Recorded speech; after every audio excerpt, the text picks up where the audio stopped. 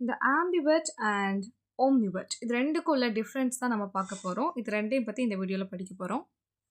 இந்த ஆம்பிவர்ட்டை பொறுத்த வரைக்கும் என்ன அப்படின்னா ஒரு பேலன்ஸ்டு பர்சனாலிட்டி இருக்கும் இவங்களை பொறுத்த வரைக்கும்.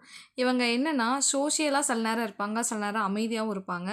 ஆம், சில நேரம் என்ன அப்படின்னா எங்கே அமைதியாக இருக்கணுமோ அந்த இடத்துல அமைதியாக இருப்பாங்க, எந்த இடத்துல பேசணுமோ அந்த இடங்கள்ல இவங்க பேசுவாங்க. இவங்க தான் ஆம்பிவர்ட்.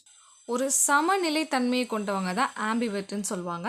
இந்த ஓம்னிவர்ட் அப்படிங்கிறவங்க வந்து மாறக்கூடிய பண்பு, அதாவது மூடுக்கு தக்கன இருப்பாங்க, சிச்சுவேஷனுக்கு தக்கன மாறுவாங்க. அந்த மாதிரி உள்ளவங்கள ஓம்னிவர்ட்னு சொல்லுவோம்.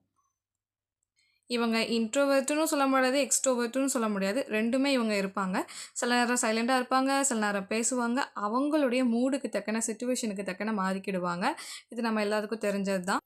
Share this video and like and subscribe. அஸ்ஸலாமு அலைக்கும் வரஹ்மத்துல்லாஹி வபரகாத்துஹு. Thank you so much.